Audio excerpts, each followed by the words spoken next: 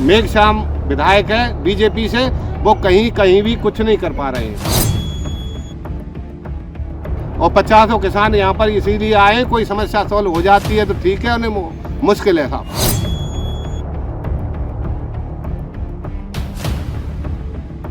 Alert India news में आपका स्वागत है। यहाँ विभिन्न किसान आए हैं, कहाँ से आए जानेंगे, क्या क्या समस्या लेके आए।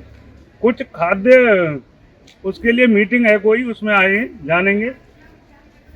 राधे राधे बाबू। राधे राधे भैया। कहाँ से आए आप? बचगांव से आए हैं भैया। क्या मामला चल रहा है ये? यह कुछ मिलेट्स के संबंध में जो है आज रैली निकलनी थी, उसी के लिए। किसने इनवाइट किया आपको? किसी ने। क्या नाम है उनका? डीडी साहब। डीडी साहब है वो, नाम हम तो हमें नहीं, नाम तो नहीं जानते। डीडी साहब है। और भी किसान है, जानेंगे इनसे। कहाँ से आए आप? बचगांव। तो क्या समस्या लेके आए, क्या किस लिए आए आप यहाँ? डीडी साहब ने बुलाए। अब देखो डीडी साहब क्यों बुलाए, कोई कारण तो होगा। क्या निमंत्रण दिया आपको, ये तो बताइए। निमंत्रण यही दिया कि यहाँ सभा होगी आज की। अब यह सभा में देखो क्या क्या प्रयोजन होता है, क्या क्या नहीं होता। क्या नाम है आपका? नाम है साहब मेंबर सिंह कुंतल, गाँव से आए हैं। तो क्या समस्या हम लोग क्या है, क्या आए? समस्या ये है साहब कि हमारे गांव में जल भराव की समस्या बहुत विकराल है।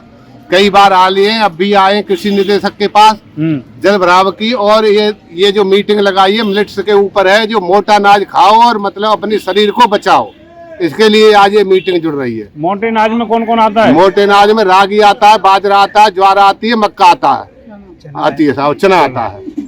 इसके लिए ये मीटिंग जुड़ी हुई है कि मोटा अनाज खाओ, मिलेट्स, और अपने शरीर को स्वस्थ बनाओ। तो मोटा अनाज साबुत खाएंगे, पिसा के खाएंगे? पिसा के, मिला के, पांच क्वालिटी मिला के, चून बना के उसे खाओ। तो ये फास्ट फूड ढकेल लग रही है, इनको क्यों नहीं बंद कराती है? फास्ट फूड नुकसानदायक है। फास्ट फूड नुकसानदायक है, ये सरकार को सोचना चाहिए, इनको बंद कराना चाहिए। इतनी बीमारी फैल रही है इससे का कोई ठिकाना नहीं है साहब।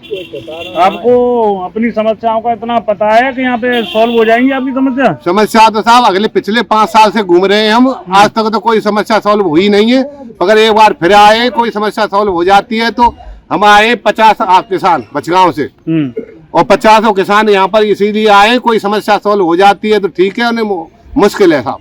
विधानसभा किसकी है आपके यहाँ? विधानसभा है साहब हमारी, मेघश्याम विधायक है बीजेपी से, वो कहीं भी कुछ नहीं कर पा रहे हैं।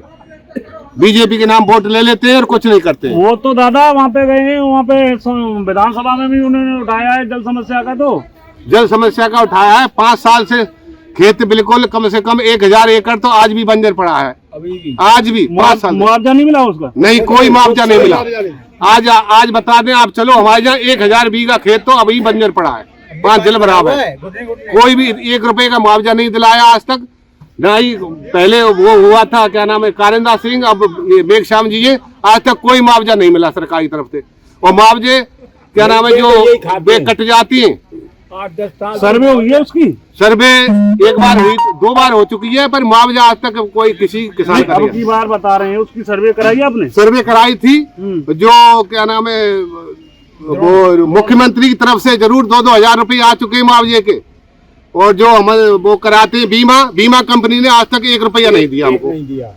2-2 हजार रुपये आए मुआवजे के? आए साहब, मुआवजे के जो राज्य सरकार की तरफ से। पानी जल भराव के आया पूरा ही आया। मैंने पूरा ही, गाँव में 10 बीघा खेत है तो 2000 रुपया, गाँव में 2 बीघा खेत है तो 2000 रुपये। पानी भाई भरी रहो है।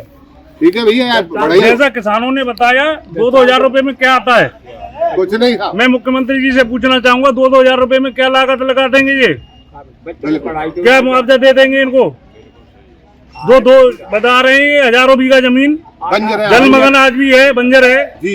उस पर संज्ञान नहीं लिया जाएगा। यहाँ मीटिंग लगाई जा रही है इनकी। 8 साल से पैदा रहा है। राष्ट्रीय खाद्य सुरक्षा मिशन की रैली निकल रही है योजनाओं के अंतर्गत। आवेश कुमार जी हैं डीडी कृषि अधिकारी, उनसे बात करेंगे। आइए। राधे राधे। देश की ये रैली क्या निकल रही है? राष्ट्रीय खाद्य सुरक्षा मिशन के अंतर्गत डेट से कार्यक्रम चल रहा है।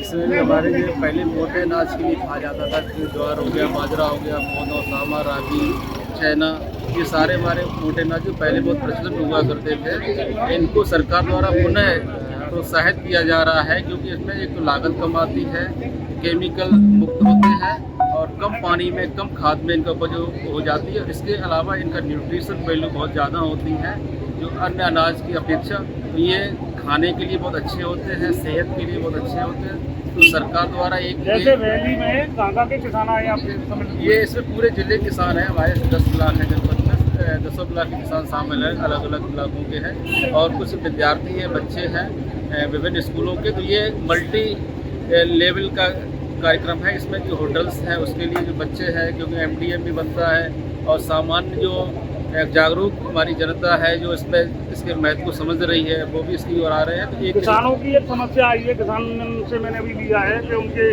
पानी या जलमग्न भी है, धरती 1000 बीघा कोई नहीं है, और क्या कहना चाहिए?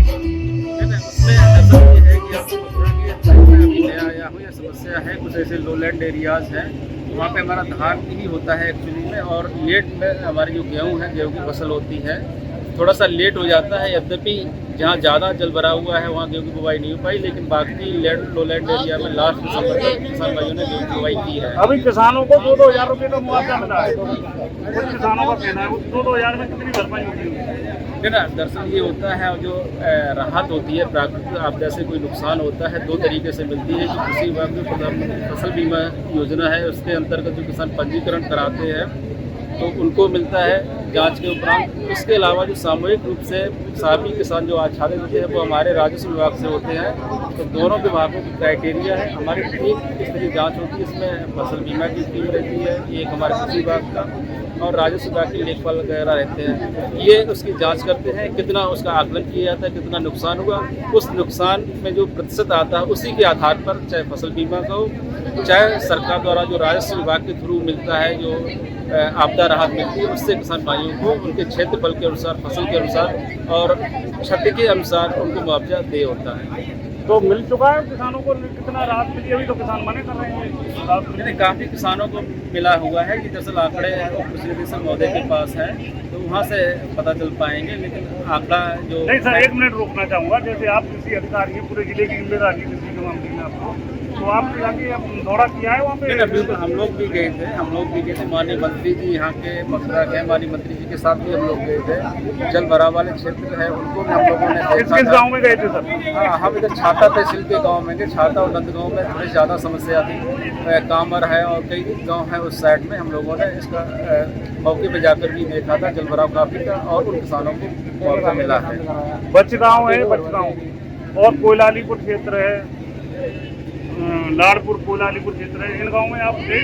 नहीं, इन गाँव में हमारे क्षेत्रीय कर्मचारी गए हुए हैं सारी जगह। मतलब कोई ऐसा जहाँ भी क्षति के लिए आया है या जल भराव जैसी आई है तो हमारे फसल बीमा की कंपनी तो सभी जगह गए हैं, उनके 10 ब्लॉक में कार्मिक तैनात है।